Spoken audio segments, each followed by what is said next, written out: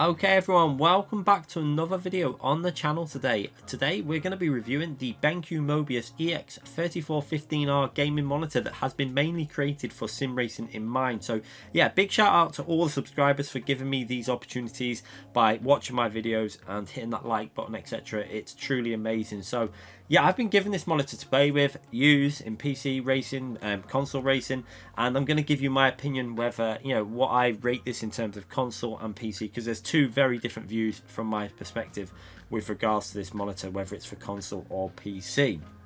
Okay, so let's get the basic information out the way, the stuff that I don't really know too much about, but all I know is that it matters, these things. So obviously the 1 millisecond input lag, which is very important for sim racing, 34 by 40 1440p for your screen resolution and width, and 34 inches wide, and obviously the 144Hz, which is going to be important for your racing games, also for your how smooth it runs. And I can tell you this monitor runs extremely smooth.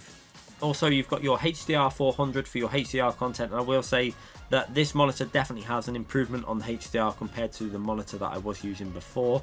And obviously as well, you've got the AMD FreeSync Premium again with this monitor, same as my old monitor.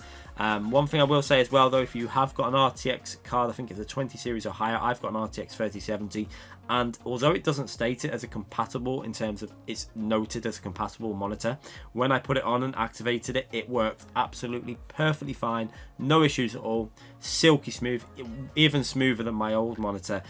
With my old monitor, I did have to actually change some settings to get the FreeSync to be recognized by G-Sync, but with this new monitor, no issues at all, straight on incompatible mode, and it was working 100% fine. So you should be having no issues. Now obviously I don't know, depending on your PC and different graphics cards, but yeah, I would presume that it would all be okay.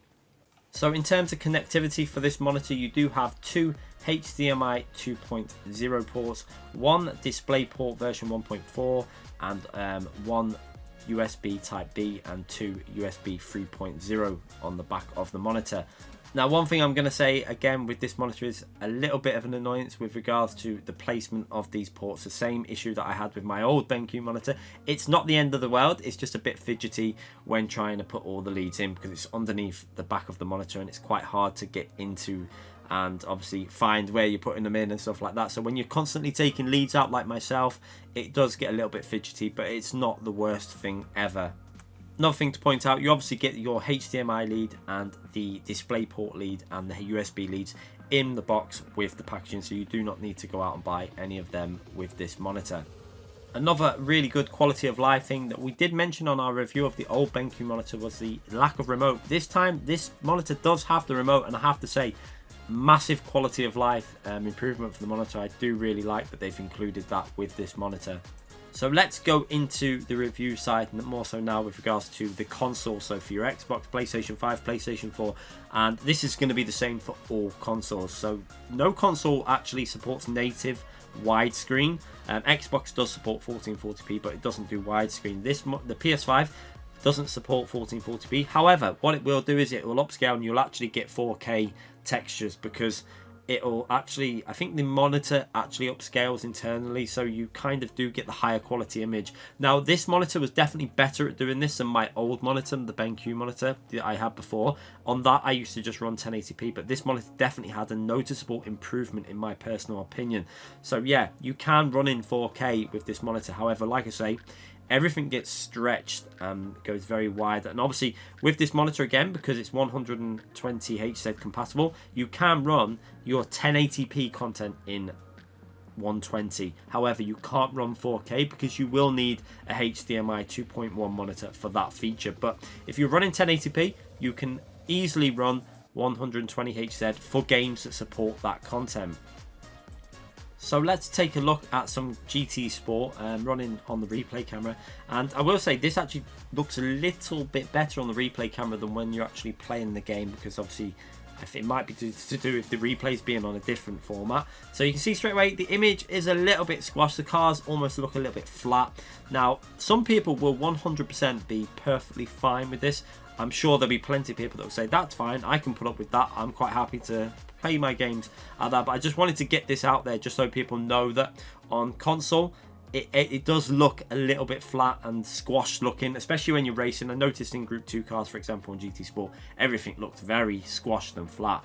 Now, there is another option that you can do to work around this, which we'll show you after, with regards to different viewing angles for your game to make sure that you get a proper visual on the game. But yeah, in terms of, it's playable, it runs okay, it looks fine. In terms of like visuals, it's very smooth. I will say that as well. It ran super smooth on the PlayStation.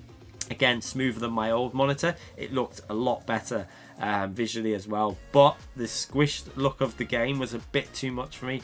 I don't know if it's just me being ultra fussy, but I personally wouldn't play this game with this monitor because it was just a bit too weird looking for me personally. Now, I did try Warzone as well, and it was the same again, very same feeling for me. So it could be very individual. Some people might be able to put up with it, some people might not be able to put up with it, but for me personally, it wasn't quite perfect. Now, there is another way you can get around this by using a different, I think, to a 1:1 aspect ratio, which we'll show you now. So as you can see here, you can use the 1:1 aspect ratio, and what happens is then you get the two black borders down the side on console. But for me, again, this is not ideal, and I don't think many people will find this the ideal situation. But this monitor is mainly, I think, created with regards to PC in mind. So let's get onto the PC content. But what I will say is for PlayStation, be cautious. You know, if you don't think you could put up with the borders down the side or the squashed looking gameplay, then it might not be for you. But if you can put up with it, it runs super smooth, it looks amazing,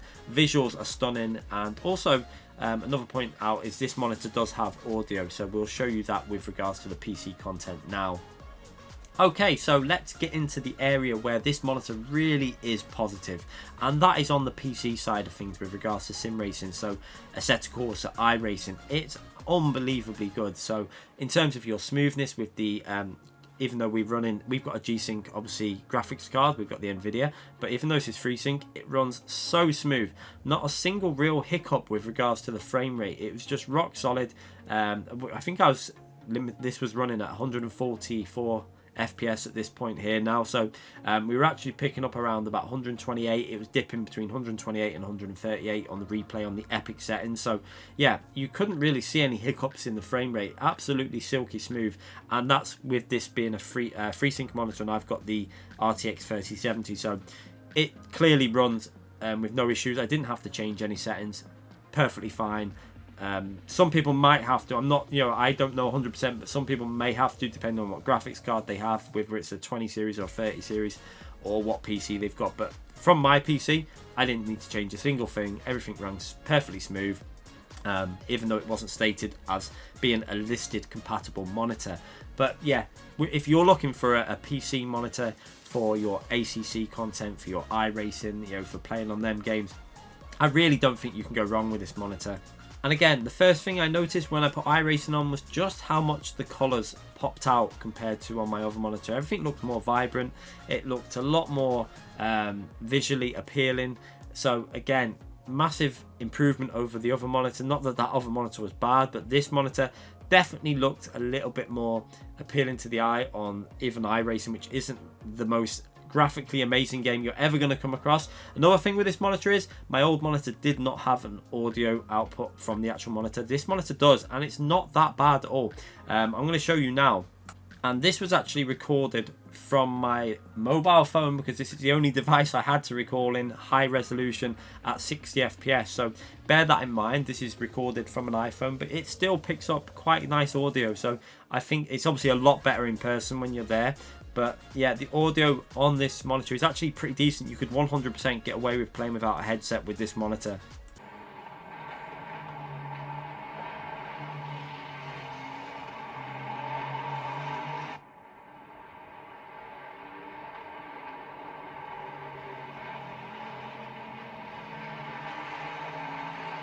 So as you can see there, I think it's more than adequate. Obviously the phone isn't picking up the best quality audio in terms of the recording device on that, but I think you can gather that it's pretty decent, and I think you'll see if you actually buy this monitor, the audio is actually very good for a PC monitor. Like I say, most monitors that I've had haven't have audio out on them in terms of you had to have a headset, but this actually has pretty good audio for a PC monitor. So yeah, overall very positive with this monitor in terms of your PC gaming. It's when it comes to the console that there is a few negatives, but overall I'm very happy with it. I don't think I would go back. If I had the option, I wouldn't go back to my other monitor, but at the present I don't really have an option with my gaming setup being very confined and very I don't have a very big area to work with. So I will be using this monitor once I have got that setup sorted, and once I've got in a situation where I can use one setup for PC and one for PlayStation, because like I say, the PlayStation negative was a little bit too much for me. So if you are a gamer that games on PC and PS5, you might find that a little bit too much of a negative, but if you're just on your PC gaming, I think you're going to have an amazing time with this monitor. It's probably one of the best I've ever used. It is the best monitor I've ever used, actually. I don't think I've ever come across a better monitor visually to look at in terms of the smoothness of the gameplay as well. So a big positive on this monitor. I hope you enjoyed this video. If you did enjoy it, give it a thumbs up. Let me know in the comments anything you want to know. I will leave a link to the monitor description on their website, so if you want to go and check it out, you can have a look on their website at all the features, because like I say, I'm not the most technical minded. I'll be seeing you all again for more videos and live streams in the future. Thanks again for watching, everyone.